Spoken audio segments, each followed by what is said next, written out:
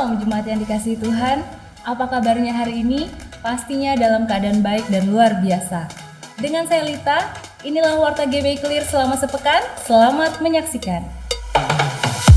Dukunglah dalam doa dan dana proses pembangunan gereja kita yang ada di Clear House Solo dan juga renovasi yang ada di Lembuswana. Untuk informasi lebih lanjut, dapat menghubungi panitia pembangunan atau dapat ditransfer melalui rekening yang ada.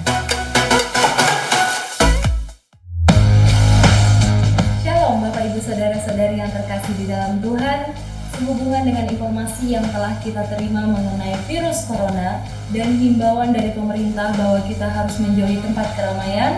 Oleh sebab itu, kami Panitia Royal Conference 2020 mengumumkan bahwa acara kita diundur pelaksanaannya pada tanggal 20 sampai 22 Oktober 2020 dilakukan bersamaan dengan anniversary GBI Clear Samarinda.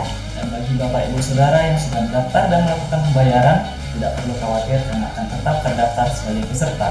Untuk informasi lebih lanjut, Bapak Ibu Saudara dapat menghubungi panitia bagian pendaftaran atau mendatangi meja-meja pendaftaran yang sudah tersedia di lobi GBI Clear Samarinda. Kami Panitia Royal Conference 2020 memohon maaf yang sebesar-besarnya dan sampai berjumpa di bulan Oktober yang akan datang. Tuhan Yesus memberkati.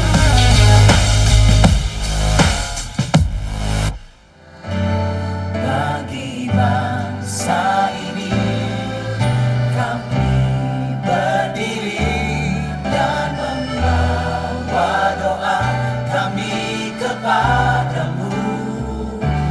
Sesuatu yang besar pasti terjadi dan merupakan negeri kami.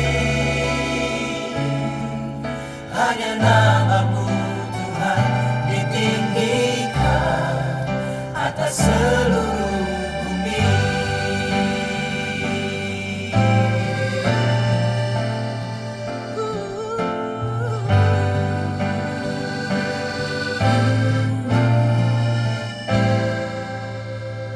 Kami rindu melihat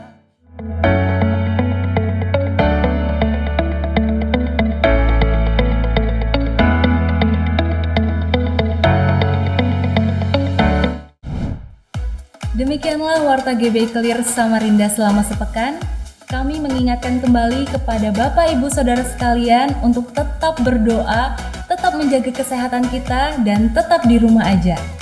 Tuhan Yesus memberkati. Puji Tuhan, shalom. Sekali lagi shalom untuk kita semuanya dimanapun kita berada pada pagi hari ini. Damai sejahtera, sukacita Tuhan turun atas saudara dan saya. Mari pada pagi hari ini kita persiapkan hati kita di hadapan Tuhan. Kita mengingat kematian Tuhan Yesus di atas kayu salib yang memberikan kemenangan bagi saudara dan saya. Kalau pagi hari ini kita boleh ada di hadapan Tuhan, semua karena kasih karunia Tuhan. Karena itu mari setiap kita dimanapun kita berada pagi hari ini, mungkin kita berada di rumah atau dalam perjalanan atau dimanapun kita berada, mari kita berdoa mengucap syukur atas semua kebaikan Tuhan, atas semua anugerah Tuhan. Karena oleh kuasa darah anak domba Allah, kita boleh dilayakkan hidup kudus di hadapan Tuhan. Mari sama-sama kita satu di dalam doa, kita berdoa. Kemuliaan bagi Tuhan di tempat yang maha tinggi, dan damai sejahtera di bumi Tuhan, di antara umat-umat Tuhan yang hidup berkenan di hadapan-Mu Bapa di surga. Kami berdoa pagi hari ini, dimanapun kami berada, damai sejahtera Allah yang melampaui segala akal turun bagi kami. Kami berdoa kemenangan, roh kebebasan di dalam Tuhan terjadi di dalam nama Yesus Kristus Tuhan. Karena darah anak domba Allah telah tercurah bagi kami Tuhan. Kami bukan orang-orang yang kalah, tapi kami orang-orang yang berkemenangan di dalam Tuhan. Bukakan tingkap-tingkap sorga-Mu Bapa di surga, dan curahkan berkat Tuhan berkelimpahan bagi kami sekarang dan sampai selama-lamanya. Di dalam nama Tuhan kami Yesus Kristus, kami berdoa dan kami mengucap syukur Tuhan. Haleluya.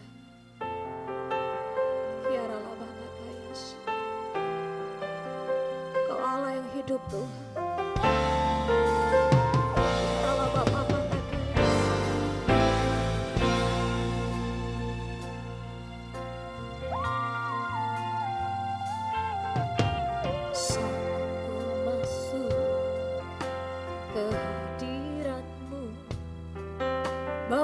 persembahan ke tempat kudus-Mu.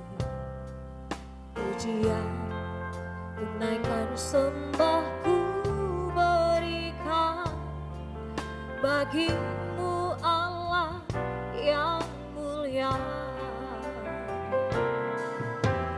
Kau layakkanku menghampiri-Mu, melihat tahta kemuliaan-Mu Tuhan. Pujian tunaikan sembahku berikan bagi-Mu Allah yang mulia. Oleh kuasa darah-Mu Kau telah tebus dosaku, kekudusan-Mu melingkupiku, kasih-Mu mengalir memulihkan hidupku. Sungguh besar anugerah-Mu, Kau selamatkan hidupku. Ku menjadi ciptaan yang baru oleh kuasa darah-Mu. Mari umat Tuhan katakan, saat ku masuk ke hadirat-Mu, bawa persembahan ke tempat kudus. Bawa pujian kami Tuhan, pujian tunaikan sembahku berikan bagi-Mu Allah yang mulia. Kau layakkanku menghampiri-Mu, melihat tahta kemuliaan-Mu Tuhan. Pujian tunaikan sembahku berikan bagi-Mu Allah yang mulia. Oleh kuasa darah-Mu Kau telah tebus dosaku, kekudusan-Mu melingkupiku, kasih-Mu mengalir memulihkan hidupku. Sungguh besar anugerah-Mu, Kau selamatkan hidupku. Ku menjadi ciptaan yang baru oleh kuasa darah-Mu.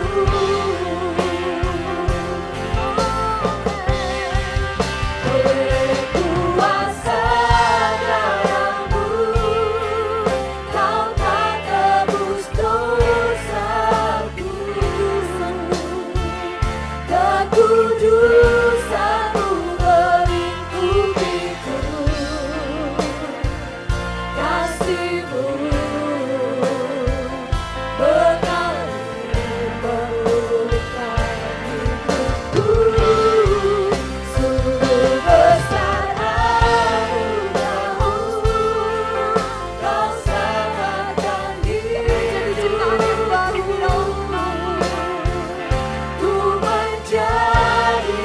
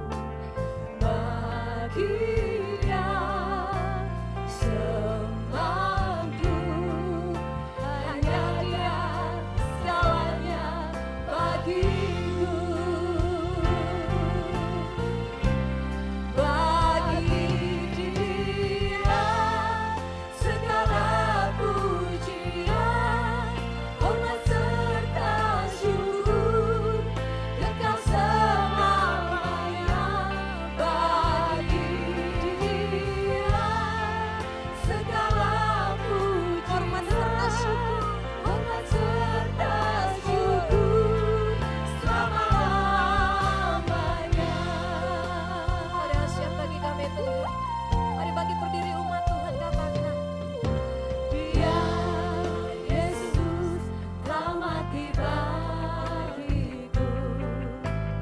Ya Tuhan, selamatkan jiwaku.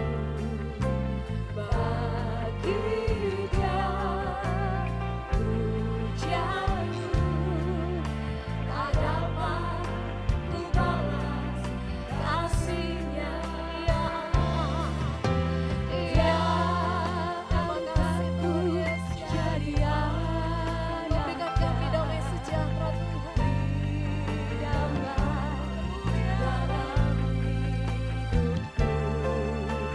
Baginya selalu hanya Dia segalanya bagiku. Angkat hatimu di hadapan Tuhan. Bagi Dia segala pujian, hormat serta syukur, Engkau selamanya. Bagi Dia segala pujian, hormat serta syukur, selama-lamanya. Bagi Dia segala pujian, hormat serta syukur, Engkau selamanya. Bagi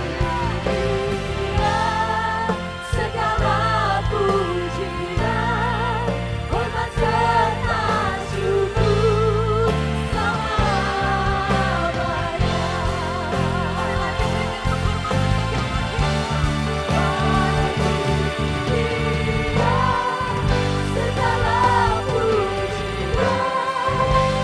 serta syukur,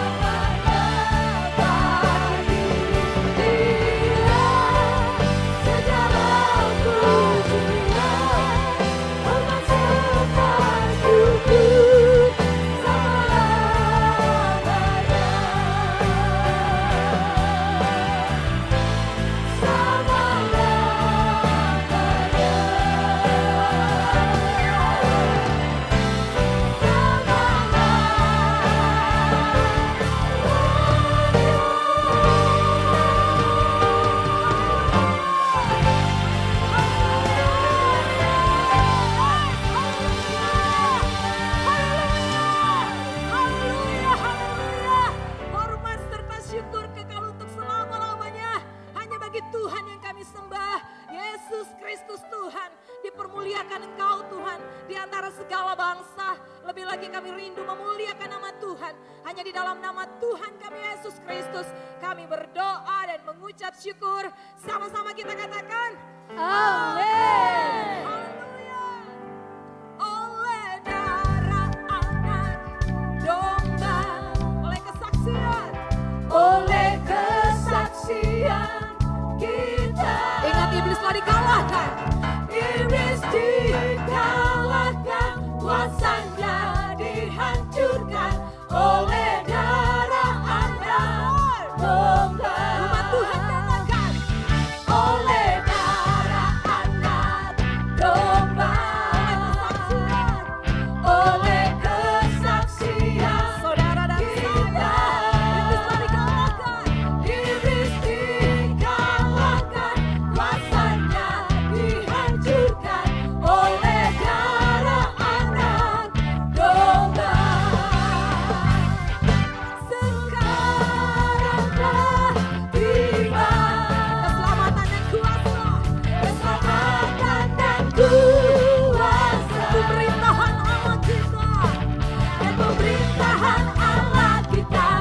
kuasanya yang diurapikan, karena telah dilemparkannya para pendakwa kita.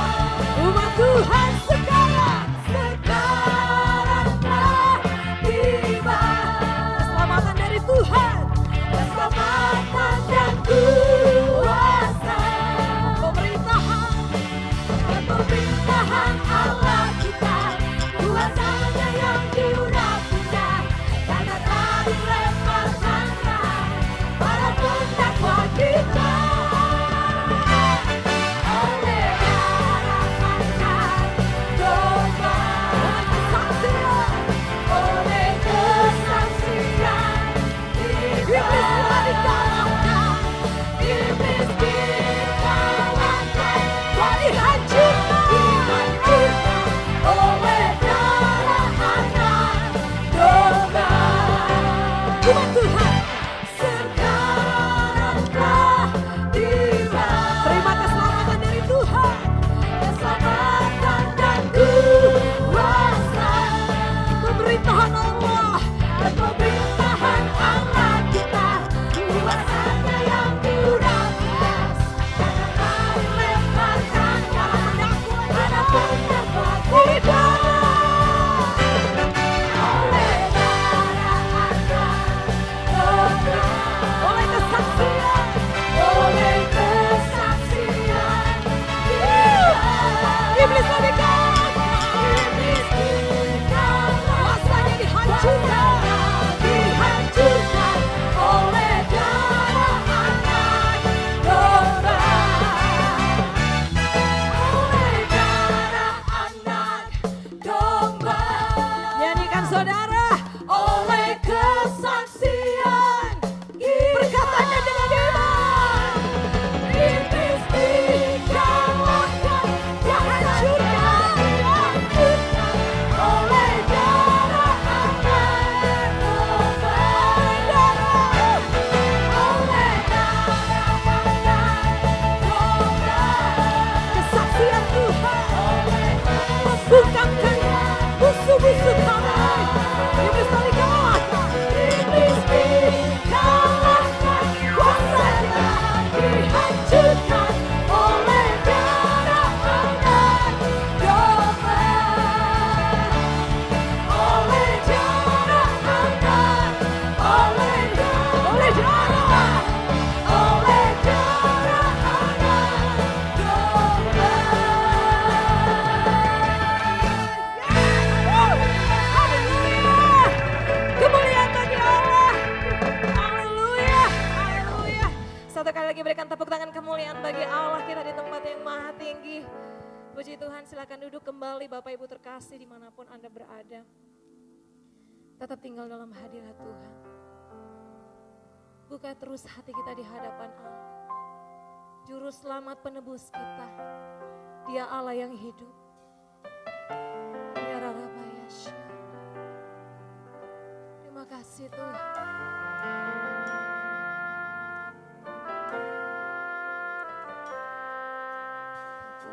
Buktikan cintamu padaku, kau membayarku dengan hidupmu. Ku bersyukur yang ada padaku, semuanya milikmu. Ku persembahkan seluruh hidupku di mezbamu.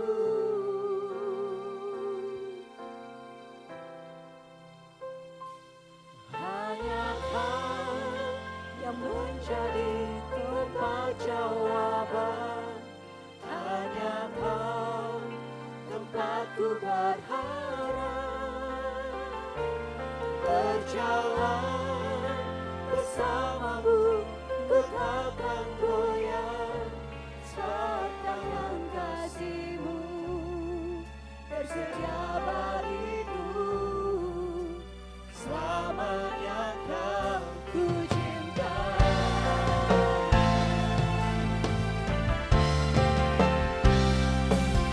Terima kasih Tuhan.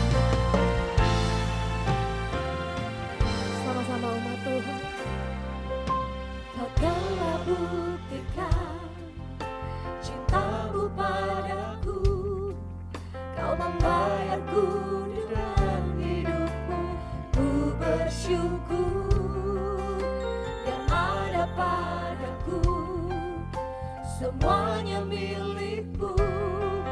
Ku persembahkan seluruh hidupku di mezbahmu. Hanya Kau yang menjadi tempat jawaban. Hanya Kau tempatku berharap. Berjalan bersamamu, ku takkan goyah. Sebab tangan kasih-Mu tersedia bagiku. Selamanya Kau ku cinta.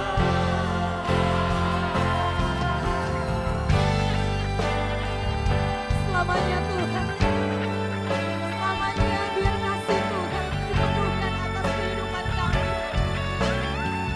Kasih yang telah berkorban di atas kayu salib untuk menebus kami Tuhan. Terima kasih Tuhan Yesus. Haleluya. Mari kita bangkit berdiri dalam hadirat Tuhan. Haleluya. Terima kasih Tuhan.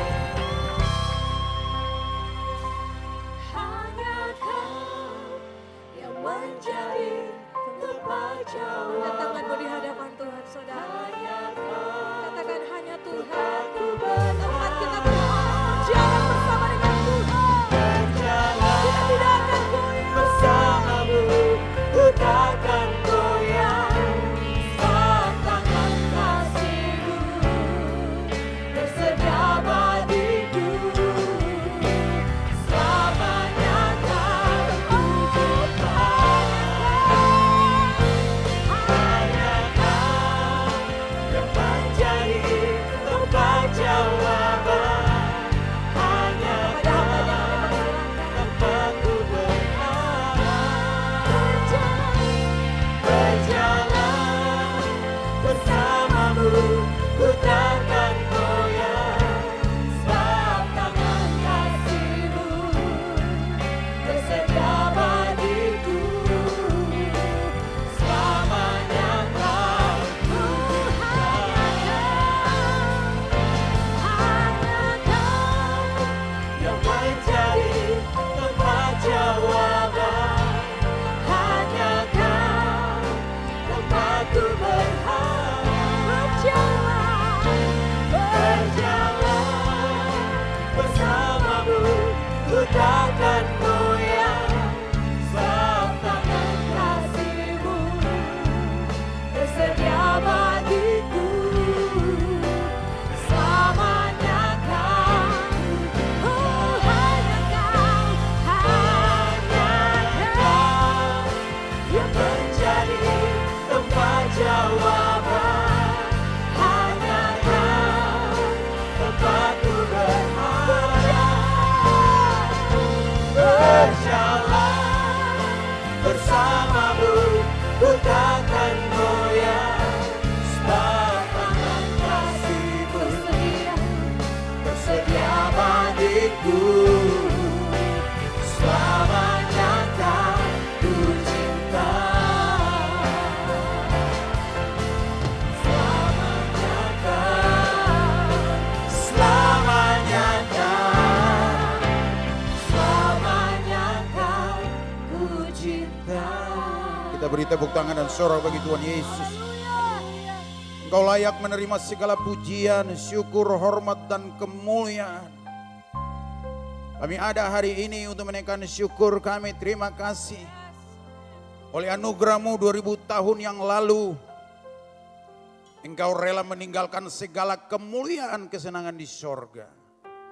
Datang di dunia ini bukan untuk kesenangan, tapi untuk menderita, menggantikan kami, menebus dosa kami. Bahkan sampai di atas kayu salib Engkau berkata, sudah selesai. Harapan kami hanya kepada Tuhan Yesus dan tidak ada yang lain. Hari ini hamba berdoa bagi umat Tuhan yang di rumah-rumah mereka, jamah hati mereka Tuhan. Bila pintu hati dibukakan, pada waktu mereka mendengarkan kebenaran firman ini akan memerdekakan kami dari rasa takut. Karena Yesus telah mengalahkan maut, bangkit dari antara orang mati, naik ke sorga dan duduk sebelah kanan tahta Allah. Terima kasih Bapa yang baik, urapi hamba-Mu dengan urapan yang baru. Berikan rasa lapar dan haus akan kebenaran firman bagi setiap kami. Kami percaya Engkau hadir di tempat ini. Engkau hadir di rumah-rumah umat-Mu. Engkau hadir dalam hati setiap kami dan pikiran kami. Segala hormat dan kemuliaan bagi Tuhan. Dalam nama Tuhan Yesus kami berdoa. Haleluya. Amin. Puji Tuhan. Silakan duduk Bapak Ibu.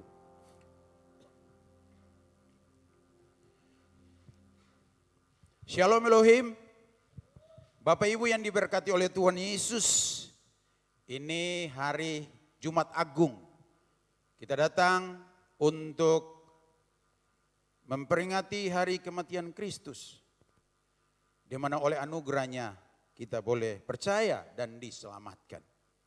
Saya mengajak kita membuka Alkitab Matius pasal yang ke-27 ayat 32 sampai ayatnya yang ke-40.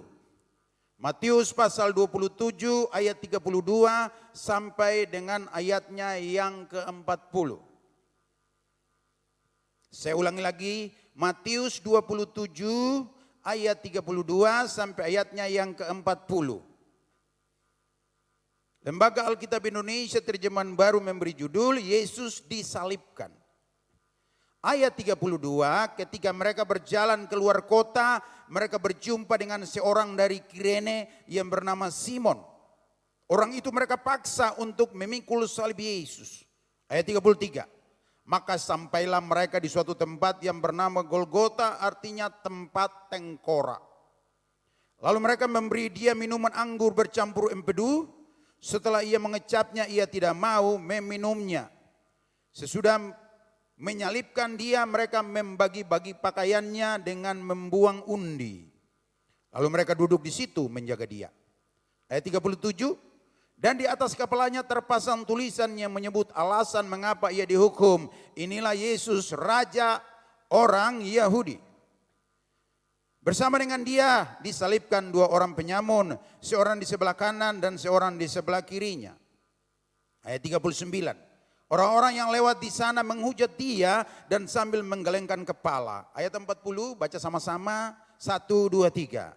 Mereka berkata, hai engkau yang mau merubuhkan bait Allah, bait suci, dan mau membangunnya kembali dalam 3 hari. Selamatkanlah dirimu jikalau engkau anak Allah. Turunlah dari salib itu. Dan selanjutnya saudara-saudara. Bapak Ibu yang diberkati oleh Tuhan Yesus Kristus. Ayat-ayat ini saya mau menerangkan secara singkat bagi kita. Itu sebabnya Alkitab berkata bahwa iman timbul dari pendengaran akan firman Kristus. Pada waktu kita mengerti kebenaran, kebenaran itu akan memerdekakan kita. Karena kebenaran itu adalah Rasul Paulus berkata bahwa aku punya keyakinan yang kuat tentang Injil. Karena Injil adalah kekuatan daripada Allah. Luar biasa. Saudara-saudara, memperingati Jumat Agung penderitaan Kristus. Maka ada beberapa hal yang perlu saya sampaikan dengan hal-hal ini saudara-saudara. Yang pertama, saya baca ayat 32 dikatakan begini. Ketika mereka berjalan keluar kota, mereka berjumpa dengan seorang dari Kirene yang bernama Simon. Orang itu mereka paksa untuk memikul salib Yesus.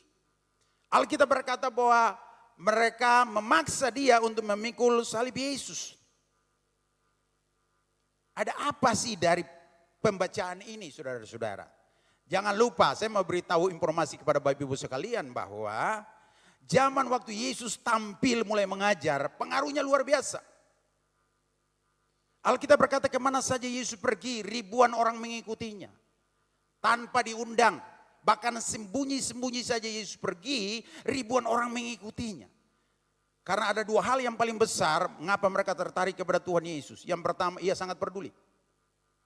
Alkitab berkata orang sakit semua disembuhkan. Kecuali di daerah asalnya sendiri, hanya beberapa saja yang disembuhkan. Dan Bapak Ibu yang dikasih oleh Tuhan, Alkitab berkata bahwa perkataannya, pengajarannya berbeda dengan ahli Taurat mereka. Itu yang mereka tertarik mengapa mereka ikut Tuhan Yesus. Itu sebabnya imam-imam kepala dan ahli Taurat orang Farisi sangat cemburu dengan ketenaran Yesus pada waktu itu. Jadi dengan demikian mereka meminta supaya Yesus disalibkan. Pertanyaannya adalah begini, mengapa harus disalibkan? Jangan lupa Bapak Ibu yang dikasih oleh Tuhan, Galatia pasal yang ketiga saya bacakan bagi kita sekalian. Alkitab berkata dalam Galatia pasalnya yang ketiga, ayatnya yang ke-13. Galatia pasal yang ketiga ayat 13 dan 14 berkata demikian. Kristus telah menebus kita dari apa? Kutuk hukum Taurat. Dengan jalan menjadi kutuk karena kita. Sebab ada tertulis, terkutuklah orang yang tergantung pada kayu salib. Saudara dikasih oleh Tuhan Yesus Kristus. Bagi orang yang di luar Yahudi dan di luar Kristen, salib itu Alkitab berkata bahwa itu kebodohan bagi mereka. Tetapi bagi orang Yahudi salib itu adalah kutuk. Saudara-saudara. Tapi bagi kita yang percaya kepada Kristus, salib adalah kemenangan. Katakan amin. Salib adalah kemuliaan yang Tuhan anugerahkan lewat penyaliban Yesus Kristus. Itu sebabnya Bapak Ibu, salib bagi orang Yahudi adalah kutuk. Karena Alkitab berkata di situ, terkutuklah orang yang digantung pada kayu salib. Lah mengapa mereka meminta kepada pemerintah Romawi supaya Yesus disalibkan? Karena mereka punya satu kerinduan, apabila Yesus disalibkan, maka ada lambang kutuk pada Yesus. Dan murid-muridnya akan lari dari Yesus semua. Pengikut yang ribuan orang akan lari dari Yesus. Kenapa? Siapa yang mengikut orang yang dalam tanda kutip ada kutuknya? Enggak ada yang mau. Orang yang sakit corona aja semua menjauh. Saudara-saudara yang dikasih oleh Tuhan Yesus Kristus. Itulah sebabnya saudara-saudara, mereka memaksa Simon Kirene untuk memikul salib Yesus. Dengan tujuan apa? Sebab kalau Yesus tidak dipikul salibnya, maka Yesus akan mati di perjalanan. Dan tidak sampai disalibkan. Mati di jalan, maka Yesus tidak sampai disalib. Karena orang Romawi tidak pernah menyalibkan orang mati. Bapak Ibu perlu paham hal ini. Mengapa tentara Romawi itu memaksa Simon dari Kirene untuk memikul salib. Supaya apa? Yesus bisa bertahan sampai bisa disalibkan. Sehingga tuntutan daripada imam-imam kepala dan ahli Taurat orang Farisi itu tercapai. Karena kita perlu tahu Bapak Ibu pada waktu itu pemerintahan Romawi ini sangat direpotkan oleh ada pemberontakan Barkoba yang ingin lepas merdeka dari penjajahan Romawi. Banyak pemberontakan di dalam kota, di luar kota yang membuat mereka pusing. Itu sebabnya kalau ada permintaan yang menyenangkan hati mereka, okelah dijawab saja. Itu sebabnya saudara-saudara, maka kita lihat saudara-saudara dikasih oleh Tuhan Yesus. Ini sangat penting. Saya mau beritahu bagi kita. Mungkin kita di ruangan ini hanya pelayan. Mungkin ada di beberapa gereja yang mereka tidak bisa siaran live streaming seperti kita. Di gereja mungkin mimbar tutup. Tapi saya beritahu, di rumah-rumah banyak mimbar yang dibuka. Karena apa saya lihat saudara-saudara? Dalam kondisi sekarang ini, saya melihat satu hal, yaitu Tuhan memulai dengan keluarga-keluarga yang ada. Alkitab berkata bahwa keluarga pertama di dunia ini Adam dan Hawa. Mereka begitu intim dengan Tuhan. Tetapi karena dosa mereka diusir dari Taman Eden. Saudara-saudara yang diberkati oleh Tuhan. Tetapi singkat cerita Bapak Ibu dikasih oleh Tuhan. Alkitab berkata ada 2 kerup yang ditaruh. Supaya mereka tidak bisa kembali makan dari buah pohon kehidupan yang ada di dalam Taman Eden. Mereka tidak bisa kembali. Tetapi hari ini kita memperingati hari kematian Kristus. Di mana Yesus menebus dosa kita. Katakan amin. Dan membawa kita kembali kepada Bapa. Tapi mulai dari keluarga. Mungkin Bapak Ibu yang ada di rumah dengar baik-baik. Pada waktu mungkin engkau datang ke gereja, engkau hanya seorang istri, anak-anak, suami mungkin tidak terlalu peduli mau datang ke gereja. Dengar baik, hari ini seluruh umat manusia lagi mencari Tuhan. Tapi Tuhan mau dari keluarga. Perjanjian lama dimulai dengan satu keluarga, Adam dan Hawa. Diakhiri di kitab Maleakhi, hati bapak-bapak kembali kepada anak-anak, keluarga juga. Selama 400 tahun masa kegelapan, Tuhan memulai lagi dengan satu keluarga kudus, yaitu keluarga Yusuf dan Maria, di mana Yesus Kristus datang ke dalam dunia ini lewat kandungan dari Bunda Maria. Lalu Alkitab berkata juga Yesus datang dalam satu keluarga, di mana pesta di Kana yang di Galilea. Alkitab berkata bahwa Yesus diundang dan Yesus datang, luar biasa saudara. Yesus datang dalam keluarga itu. Dan Yesus buat mujizat air menjadi anggur. Alkitab berkata di situ pada hari ketiga ada pernikahan yang di Kana yang di Galilea. Hari ketiga. Kenapa hari ketiga Bapak Ibu? Orang Yahudi menyebutnya Yom Silisi Pa'amayim Kitov. Yom Silisi Pa'amayim Kitov itu artinya apa? Hari ketiga lebih baik daripada hari yang lain. Karena mereka panduan kepada kitab Kejadian di mana Tuhan menciptakan hari pertama Tuhan tidak berkata baik, hari kedua Tuhan tidak berkata baik, hari ketiga baru ada dikatakan Tuhan bilang baik. Itulah panduan mengapa mereka ambil hari ketiga. Saudara-saudara, intinya adalah akhirnya kita wahyu, kita semua akan dikumpulkan dalam keluarga kerajaan sorga. Katakan amin. Itu luar biasa. Jadi Tuhan mulai dari keluarga-keluarga. Bapak Ibu boleh bayangkan saja. Ada hal yang luar biasa Bapak Ibu. Apa hubungannya Pak Pendeta dengan kematian Kristus? Mari kita lihat Alkitab lagi. Efesus pasal 5. Efesus pasalnya yang kelima Bapak Ibu yang dikasih oleh Tuhan. Efesus pasal 5 ayat 25 dan sampai ayat 32. Efesus pasalnya yang kelima ayat 25 sampai 32. Dikatakan begini. Hai suami-suami, kasihlah istrimu sebagaimana Kristus telah mengasihi jemaat dan telah menyerahkan dirinya baginya. Saya ulangi lagi. Hai suami, kasihlah istrimu sebagaimana Kristus telah mengasihi jemaat dan telah apa Bapak Ibu? Menyerahkan dirinya baginya. Untuk menguduskannya sesudah ia menyucikannya dengan membandingkannya dengan air dan firman. Supaya dengan demikian ia menempatkan jemaat di hadapan dirinya dengan cemerlang, tanpa cacat atau kerut atau yang serupa itu. Tetapi supaya jemaat kudus dan tidak bercela. Ayat 28. Demikian juga suami harus mengasihi istrinya sama seperti tubuhnya sendiri. Siapa yang mengasihi istrinya, mengasihi dirinya sendiri. Ayat 29. Sebab tidak pernah orang membenci tubuhnya sendiri, tetapi mengasuhnya dan merawatinya. Sama seperti Kristus terhadap jemaat. Karena kita adalah anggota tubuhnya. Sebab itu laki-laki akan meninggalkan ayah dan ibunya dan bersatu dengan istrinya. Sehingga keduanya itu menjadi satu daging. Nah ayat 32 baca sama-sama. Dikatakan ini, rahasia ini besar. Tetapi yang aku maksudkan ialah hubungan Kristus dan jemaat. Bapak Gembala pernah ngomong Bapak Ibu, pernikahan suami istri gambaran Yesus mempelai laki-laki dan jemaatnya mempelai wanita. Beliau berkata kalau seorang laki-laki mau menikah tapi tidak berani mati, jangan menikah. Karena Yesus telah membuktikan hubungan mempelai laki-laki Kristus dan jemaatnya, dia rela mati. Itu sebabnya kita memperingati hari ini untuk keluarga. Itu sebabnya Bapak Ibu tahu, kalau orang Indonesia dan seluruh dunia pakai cincin tuh di jari manis. Saya juga termasuk. Tapi saya mau beritahu bagi Bapak Ibu, orang Yahudi itu tidak pasang cincin nikah di jari manis. Mereka pasang cincin nikah di jari telunjuk. Dan ini jarang orang tahu. Karena kita ikut budaya Eropa atau budaya Barat di jari manis. Kenapa jari telunjuk Pak Pendeta? Ini saya lagi bicara tentang hubungan suami istri, di mana gambaran, di mana hubungan Tuhan Yesus mempelai laki-laki dengan gerejanya mempelai wanita, perempuan.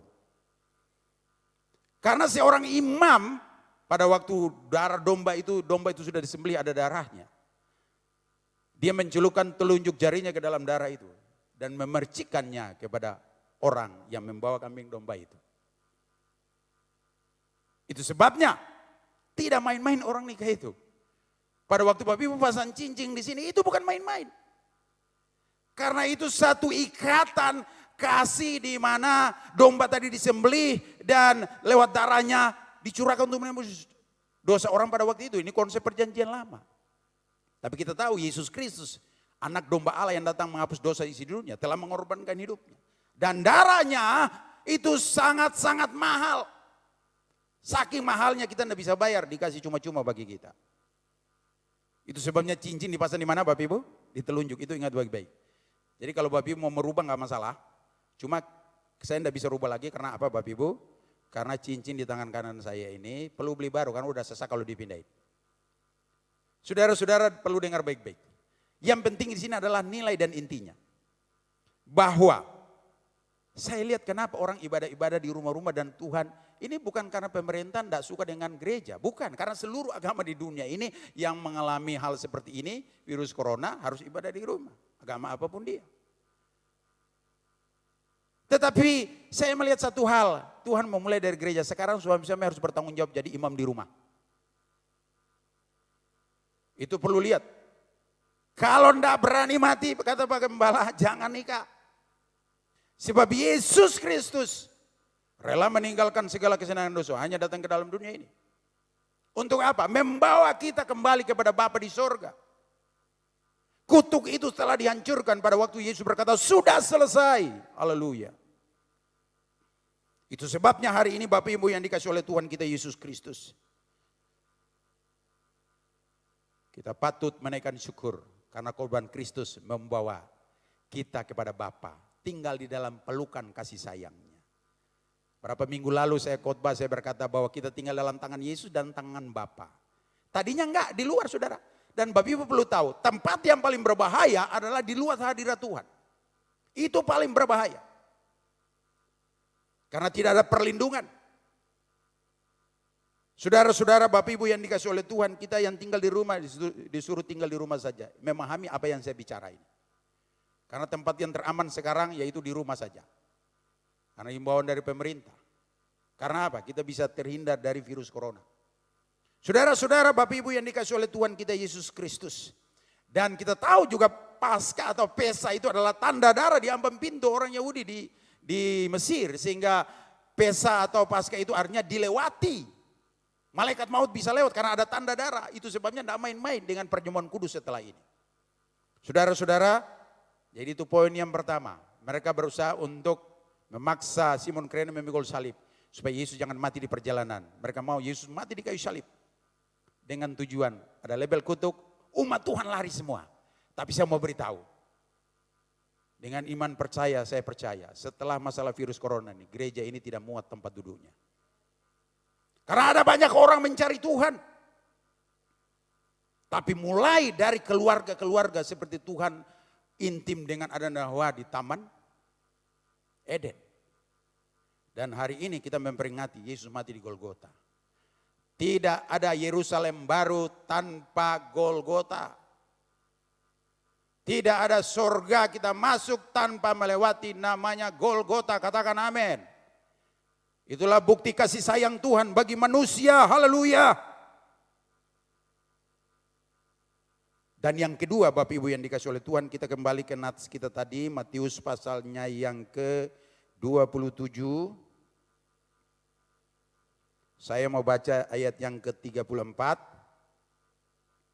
Ayat 34 berkata begini, lalu mereka memberi dia minum anggur bercampur empedu. Setelah ia mengecapnya, ia tidak mau meminumnya. Saudara lihat, Alkitab berkata di sini, lalu mereka memberi Yesus minum anggur bercampur empedu. Setelah ia mengecapnya, ia tidak mau meminumnya. Kenapa memberikan anggur bercampur empedu? Bapak Ibu tahu, pada waktu rombongan GBI Clear sampai di Israel, tepatnya di Hebron, di situ ada kuburan Abraham, gua Makpela. Sekarang ada sinagog di situ, lalu diterangkan oleh Padani Moyal. Apa dia cerita? Kalau anak Israel yang bayi mau disunat, dia dibawa, dan pada waktu itu enggak seperti zaman sekarang Bapak Ibu. Zaman sekarang pakai laser selesai sunatnya. Dulu itu harus dipotong kulit katanya, itu sakit. Supaya anak yang umur 8 hari ini tidak merasa sakit, dikasih minum anggur. Padani Moyal berkata apa? Supaya dia hilang rasa sakit. Kalau mulai rasa sakit, mulai nangis lagi, kasih minum anggur lagi. Sampai Padani Moyal guyon begini. Lama-lama ini anak kalau besar jadi alkoholik. Itu guyonnya saja. Tetapi anggur menghilangkan rasa sakit. Tapi Tuhan bilang jangan mabuk oleh anggur. Apalagi yang terjadi di Taman Getsemani, Yesus berdoa dan Yesus berkata kepada murid-muridnya, berjaga-jagalah dan berdoalah supaya kamu jangan jatuh ke dalam pencobaan. Tapi Alkitab berkata mereka tidur. Kenapa? Saya menyelidiki Bapak Ibu dikasih oleh Tuhan. Hari sebelumnya itu ada perjamuan. Malam sebelumnya ada perjamuan. Dan kebiasaan orang Yahudi minum 4 gelas paling sedikit. Itu yang membuat mereka tidak tahan, pengen tidur terus. Jadi intinya apa Bapak Ibu? Yesus menolak meminggul anggur asam. Dengan tujuan apa? Kalau dia meminum anggur asam, Tuhan Yesus meminum anggur asam, maka dia menderita hilang rasa sakit. Nggak masalah. Tapi dia menolaknya, kenapa? Karena dia mau merasakan sebetul-betulnya penderitaan manusia. Dan pada zaman itu siksaan yang paling tersiksa adalah penyaliban. Itu sebabnya Alkitab berkata dalam Ibrani pasal 4 ayat 15. Mari kita membuka Alkitab ini. Ibrani pasal yang keempat ayatnya yang ke-14 dan ayatnya yang ke-15. Yesus sebagai imam besar, Lembaga Alkitab Indonesia menulis seperti itu. Ayat 14. Karena kita sekarang mempunyai imam besar agung yang telah melintasi semua langit, yaitu Yesus anak Allah. Baiklah kita teguh berpegang pada pengakuan iman kita. Ayat 15.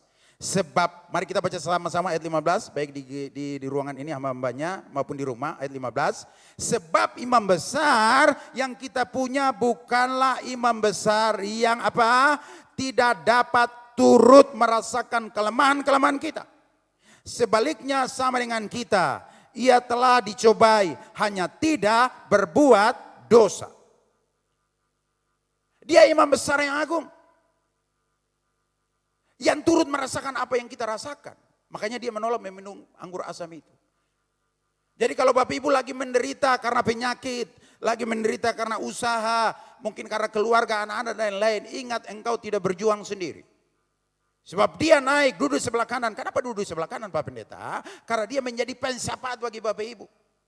Karena imam besar yang agung, dia membawa doa-doa kita. Saya baca Alkitab, saya bilang Tuhan, betapa berharganya engkau menghargai doa orang percaya. Surga itu terdiam kira-kira 30 menit karena doa orang percaya naik ke hadapan tahta dari Tuhan. Dan air mata yang engkau doakan, yang engkau doa dan mencurahkan air mata, saya mau beritahu bagi kita sekalian, itu tidak sia-sia, ditampung di dalam kirbatnya. Dia imam besar yang turut merasakan apa yang kita rasakan. Setuju, katakan amin. Jadi kita tidak berjuang sendiri. Lebih baik kita angkat tangan kepada Tuhan dan dia memegang tangan kita dan menuntun langkah kita. Supaya makin hari makin berkenan, sebab kita harus menghargai, menghormati pengorbanan Kristus bagi kita. Dia yang tadinya tidak bisa jatuh dalam dosa dan tidak berdosa, dijadikan dosa karena menggantikan posisi Bapak Ibu dan saya. Yang seharusnya kita binasa, tapi kita beroleh hidup yang kekal. Ingat, saudara-saudara yang diberkati oleh Tuhan, jangan pernah menghakimi siapapun. Minggu lalu Bapak Rohani saya Bapak Rohani kita juga sudah memberitahu. Murid tidak punya hak menilai orang lain. Dia yang dinilai. Oleh siapa? Oleh Tuhan. Karena barang siapa membangun dengan emas, jerami, yang nilai siapa? Tuhan. Diuji oleh Tuhan. Bukan sesama murid. Itu kata beliau. Dan tidak bisa menghakimi. Setelah masalah virus corona ini saudara, ada beberapa hamba Tuhan juga yang mati. Hati-hati, jangan salah-salah ngomong terhadap mereka. Karena apa? Saudara-saudara. Karena apa? Coba Bapak Ibu buka di dalam Lukas pasal yang ke-13. Lukas pasal yang ke-13. Lukas pasal yang ke-13 ayat yang pertama. Lukas pasal yang ke-13 ayat yang pertama dan selanjutnya dia berkata begini, dengar baik-baik, Lukas pasal 13 ayat yang pertama. Orang yang suka menghakimi perlu baca ayat ini. Lembaga Alkitab Indonesia memberi judul dosa dan penderitaan. Ayat 1.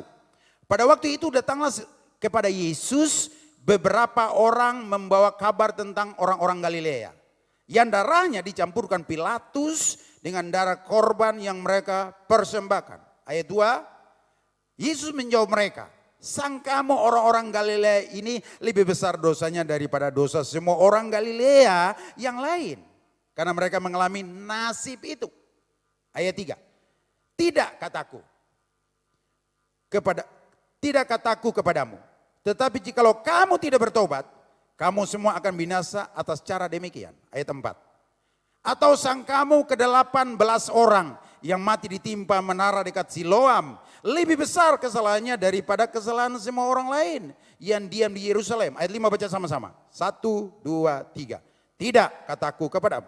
Tetapi jika kamu tidak bertobat, kamu semua akan binasa atas cara demikian. Saudara tahu, jangan kita menghakimi sembarangan. Kalau orang mati kita tahu, kita tidak tahu bahwa apa urusannya dia dengan Tuhan. Itu urusan Tuhan. Jangan menghakimi. Dosa apa sih dia, kesalahan apa sih dia. Iya salah dia begini-begini. Kita bukan punya tugas itu. Bapak rohani saya, Bapak Gembala kita sudah bicara seperti itu. Jangan menghakimi karena kita murid. Tidak ada urusan dengan menghakimi. Itu urusan Tuhan. Saudara-saudara dikasih oleh Tuhan Yesus Kristus. Intinya adalah Tuhan merasakan apa yang kita rasakan. Itu sebabnya jangan berhenti berdoa. Teruslah berdoa. Jangan putus asa. Apapun yang engkau alami, Tuhan tidak pernah lepas tangan dari umatnya. Yang terakhir saya baca di dalam Matius pasalnya yang ke-27 ayat yang ke-40. Matius 27 ayatnya yang ke-40. Demikianlah firman Tuhan. Mereka berkata, hai engkau yang mau merubuhkan bait suci dan membangunnya kembali dalam 3 hari. Selamatkanlah dirimu jikalau engkau anak Allah, turunlah dari salib itu. Bapak Ibu boleh lihat mereka ini kan salah pengertian dan tidak memahami apa-apa. Mereka berkata, hai engkau yang mau merubuhkan bait suci dan mau membangunnya kembali dalam 3 hari. Yesus bicara tentang yang mati hari ini, ribuan tahun yang lalu, dan bangkit hari ketiga. Jadi maksudnya bait Allah itu adalah pribadinya sendiri, pribadi Yesus. Dan Yesus menubuatkan bait Allah itu hancur. Dan sampai sekarang belum dibangun. Dan perlu Bapak Ibu tahu, semua orang Yahudi di dunia ini, yang agamanya Judis, pengikutnya Yudaisme, selalu berdoa arahnya, kiblatnya ke Yerusalem. Alkitab mencatat Daniel melakukan hal yang sama pada waktu dia di pembuangan. Kiblat mereka ke sana. Tapi sesungguhnya, dengar baik Bapak Ibu, kita mau berdoa di gereja, mau berdoa di rumah masing-masing, ingat, hati kita dan pikiran kita tertuju kepada Yesus adalah kiblat kita. Tujuan kita bukan harta kekayaan. Harta dan kekayaan Tuhan akan mengandalkan bagi kita hanya untuk mencapai rencana Tuhan bagi kita. Kiblat kita bukan kedudukan kita, itu bukan tujuan kita. Sebab apapun yang ada pada kita, tujuan kita hanya mempermuliakan nama Tuhan. Setuju bilang amin. Bukan yang lain. Kalau yang lain kita sudah salah. Makanya mau wajah kita, posisi kita duduk kemana saja, terserah. Saya lihat di beberapa video, banyak bangsa di dunia ini berlutut di jalan-jalan. Termasuk di Jakarta, di Israel, di negara-negara di Amerika, di Eropa, Australia. Semua lagi mencari Tuhan. Karena apa? Saya percaya lewat peristiwa besar ini, ada pertobatan besar-besaran terjadi di dunia ini. Karena anak Allah yang telah datang ke dunia ini mati di kayu salib, dia berkata sudah selesai. Iblis tidak berkuasa menahan orang lagi datang kepada Tuhan. Sekarang roh pertobatan lagi dicurahkan. Roh pengenalan akan Kristus sekarang lagi dicurahkan berlimpahnya. Sebab orang tidak bisa mengandalkan kekayaan lagi. Orang tidak bisa mengandalkan kedudukan lagi. Orang tidak bisa mengandalkan apapun di dunia ini. Hanya Yesus saja harapan kita, katakan amin. Beri tepuk tangan bagi Yesus Kristus, haleluya. Sebab dialah tujuan kita. Arah pandangan mata kita hanya kepada Yesus. Sehingga Tuhan Yesus mengenal kita pribadi lewat pribadi. Dia memang maha tahu. Tapi jangan sampai akhirnya Tuhan Yesus berkata seperti dalam Matius 7 ayat 21. Aku tidak mengenal engkau. Hari ini saya berdoa. Supaya yang sudah percaya Tuhan di rumah maupun di sini. Iman makin hari makin dikuatkan. Terus mencari Tuhan, mengandalkan Tuhan. Sebab Tuhan memberi jaminan. Umatku yang atas namaku disebut merendahkan diri. Berdoa mencari wajahku. Serta berbalik dari jalan-jalan yang jahat. Maka aku akan mendengar dari sorga. Mengampuni dosa mereka dan memulihkan negeri mereka. Indonesia akan dipulihkan Tuhan. Satu saat segala lutut akan bertelut. Karena ini firman Allah. Dan segala lidah akan mengaku bahwa Yesus Tuhan. Dia adalah fokus semua manusia di bawah langit ini. Di gereja ini bukan gembala, bukan full timer, bukan pemimpin pujian, fokus. Tuhan adalah fokus. Dia hanya layak ditinggikan. Bila tabut Allah ada di ruangan ini, ada di rumah Bapak Ibu, di hati dan pikiran kita. Terpujilah nama Tuhan. Saya menyampaikan firman Tuhan sudah berakhir di sini. Tetapi biarlah Roh Kudus mengerjakan firman-Nya terus dalam kehidupan kita. Tuhan memberkati kita sekalian, kita siapkan hati kita. untuk masuk dalam perjamuan yang kudus.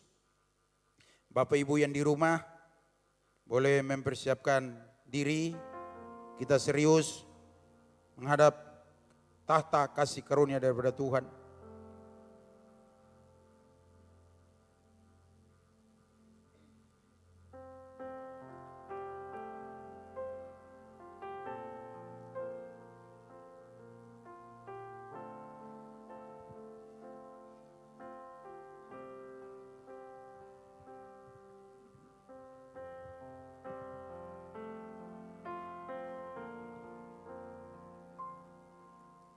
Kasih yang terindah,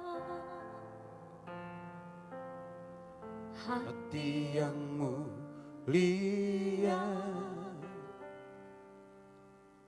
hanya ku bukan di dalammu, Yesusku. Pujian dari hatiku selalu di setiap waktuku, tiada pernah berubah kasih-Mu. Karya terbesar dalam hidupku, pengorbananmu yang selamatkanku. Engkaulah harta yang tak ternilai, yang ku miliki dan ku hargai. Yesus, Engkau ku kagumi.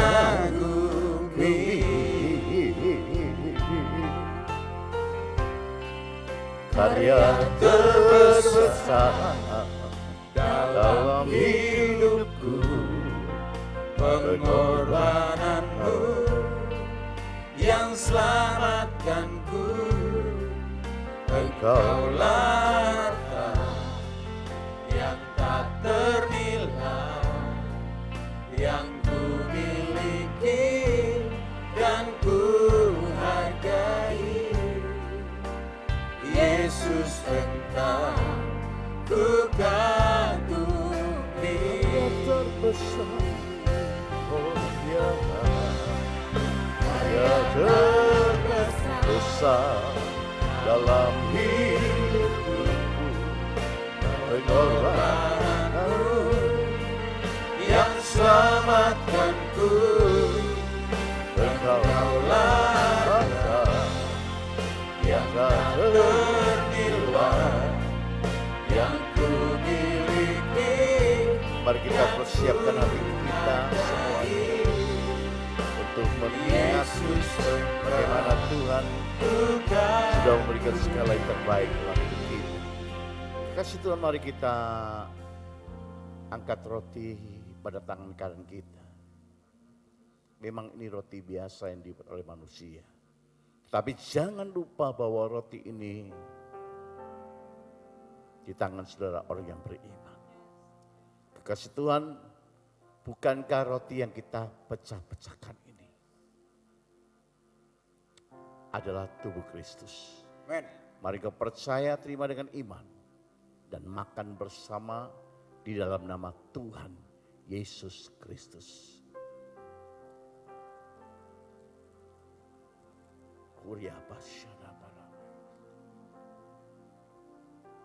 Kuriamata kesikalaman. Demikian kekasih yang saya kasih dalam Tuhan. Kita angkat cawan yang berisi anggur. Ini pun anggur biasa yang dikerjakan oleh tangan manusia. Tapi anggur ini ada pada saudara kekasih di dalam Kristus. Kita mengingat dan selalu mengingat, supaya selalu kita teringat bagaimana kasih Allah besar buat kita.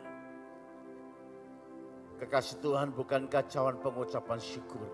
Yang di atasnya kita ucapkan syukur. Ini adalah darah Kristus. Mari kau percaya, terima dengan iman dan minum bersama di dalam nama Tuhan Yesus Kristus.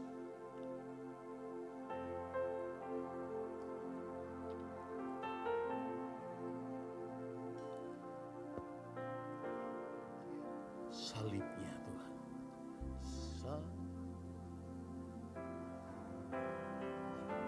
Haleluya.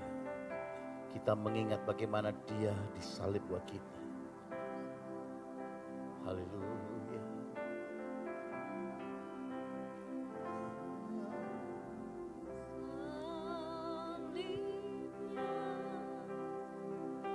Salibnya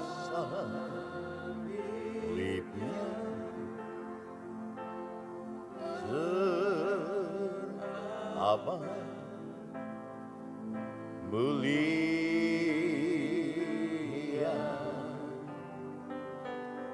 dosaku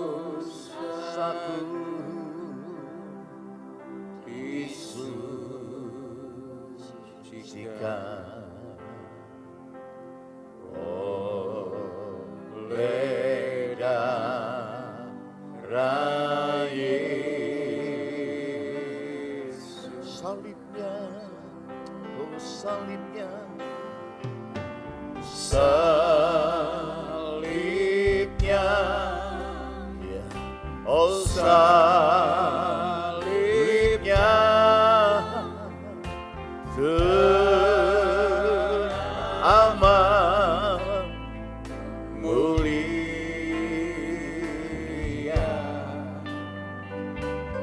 dosaku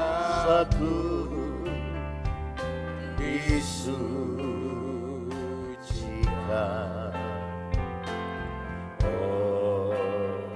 oleh darah Yesus. Mari katakan bersama, salibnya, salibnya, oh, oh salibnya, oh salibnya teramat mulia, dosaku disucikan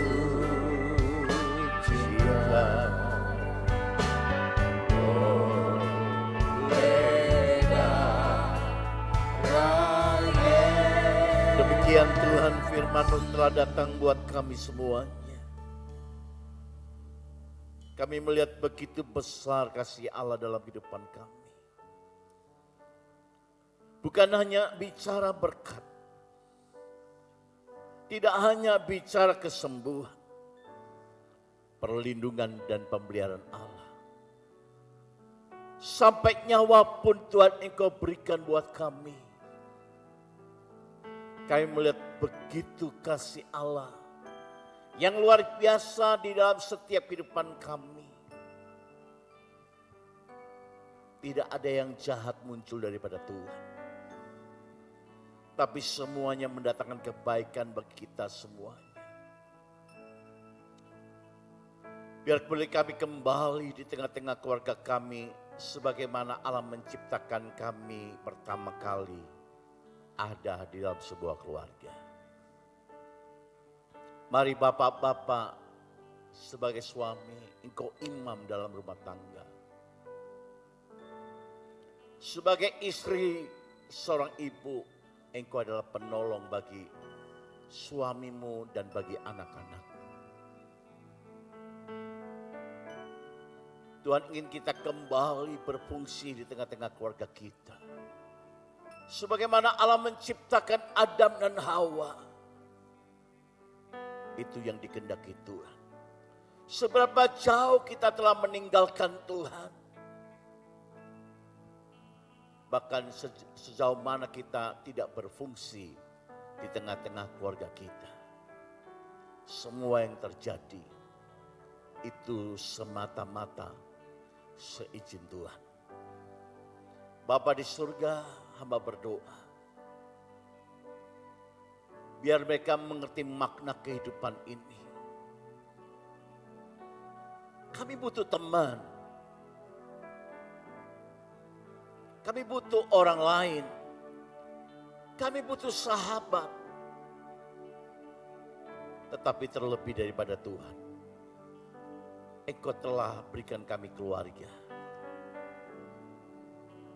Biarlah sidang jemaat boleh kembali di tengah-tengah keluarga mereka. Sebab Tuhan menyatakan kemuliaan-Nya di tengah-tengah keluarga kita. Penjagaan dan pemeliharaan seorang imam telah Kau berikan otoritas bagi para suami dan bapak-bapak. Menjaga dan melahirkan anak-anak yang hebat sudah Kau percayakan bagi seorang ibu. Dan kami sadar Tuhan,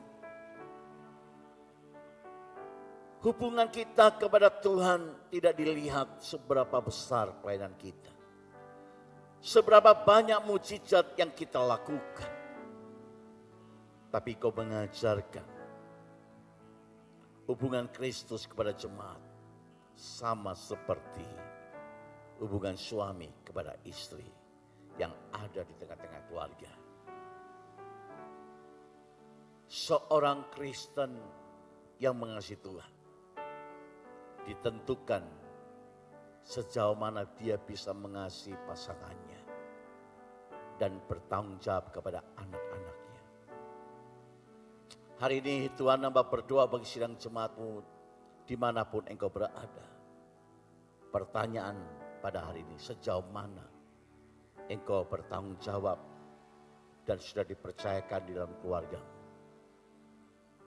Mari kembali tengah-tengah keluarga, itu yang dikehendaki Tuhan. Terima kasih Tuhan. Kami melihat bagaimana kasih-Mu untuk menebus setiap keluarga kami. Ajar kami kembali kepada prinsip daripada firman-Mu. Kembali pada pola yang Kau ajarkan. Hubungan Kristus kepada jemaat. Ditentukan sejauh mana kita mengasihi pasangan kita. Terima kasih Bapa di surga. Dari tempat ini mari Engkau imam-imam kembali Kau kepada posisi dan tempat-Mu. Berdoa buat istrimu dan anak-anak. Seorang ibu, Engkau melahirkan dan membesarkan anakmu. Dan Engkau membuat anakmu menjadi anak yang takut akan Tuhan. Dari tempat ini Tuhan kami bersyukur. Jagai dan pelihara Tuhan umat-Mu. Sebab di dalam keluarga yang takut Tuhan, Tuhan pasti punya rencana yang baik. Dalam keluarga yang takut akan Tuhan, Tuhan akan memeliharanya, melindungi dan menjagainya. Mari suami-suami dan istri-istri kembali kepada prinsip firman Allah, engkau ada karena Tuhan. Dari tempat ini kami berdoa Tuhan. Demikian juga kami akan mempersiapkan persembahan kami. Sebagai ungkapan kami mengenal Allah yang esa. Allah yang hebat. Allah yang bertanggung jawab atas kehidupan kami. Dan kami tahu setiap apa yang kami miliki dari hasil pekerjaan itu adalah ibadah. Terpujilah nama Tuhan. Kekasih Tuhan. Kita akan mempersiapkan persembahan kita. Mari persiapkan persembahanmu. Dan kau bisa memberinya lewat nomor-nomor rekening yang sudah dicantumkan. Dan tiba saatnya selesailah ibadah pada hari ini. Dan kiranya Tuhan berkat-Mu yang dari tempat dari maha tinggi. Biarlah berkat Allah Abraham, Allah Isa dan Allah Yakub, berkat daripada Allah Bapa, Allah Anak dan Allah Roh Kudus menyertai memberkati keluarga kita, memberkati bangsa dan negara kita, memberkati pemerintah yang ada Tuhan, dan memberkati seluruh rakyat Indonesia yang kami kasihi.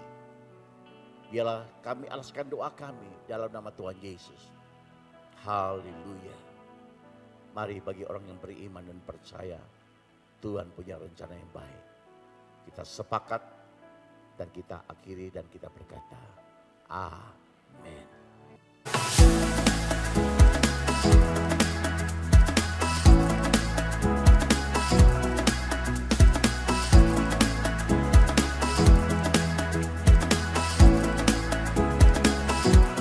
Shalom jemaat yang dikasihi Tuhan, apa kabarnya hari ini? Pastinya dalam keadaan baik dan luar biasa.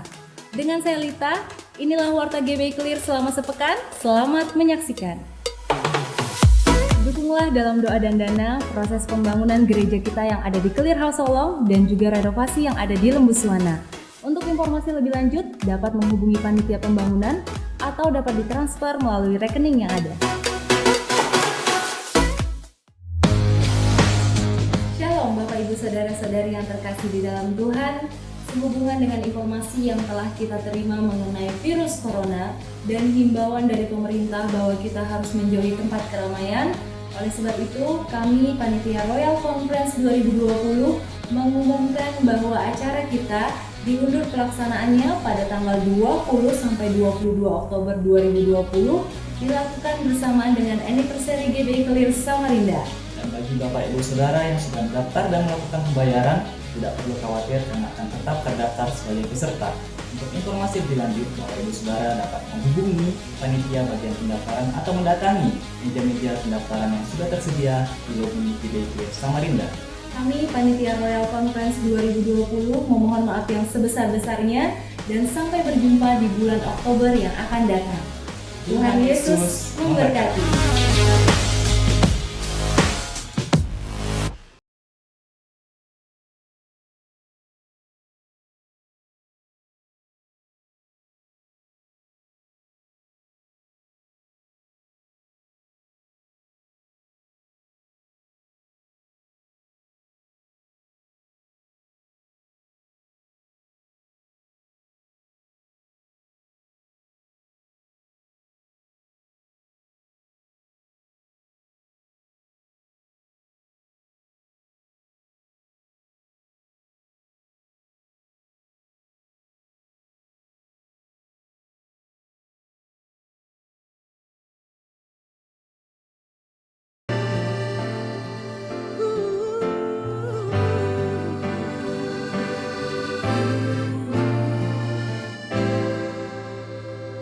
Kami rindu melihat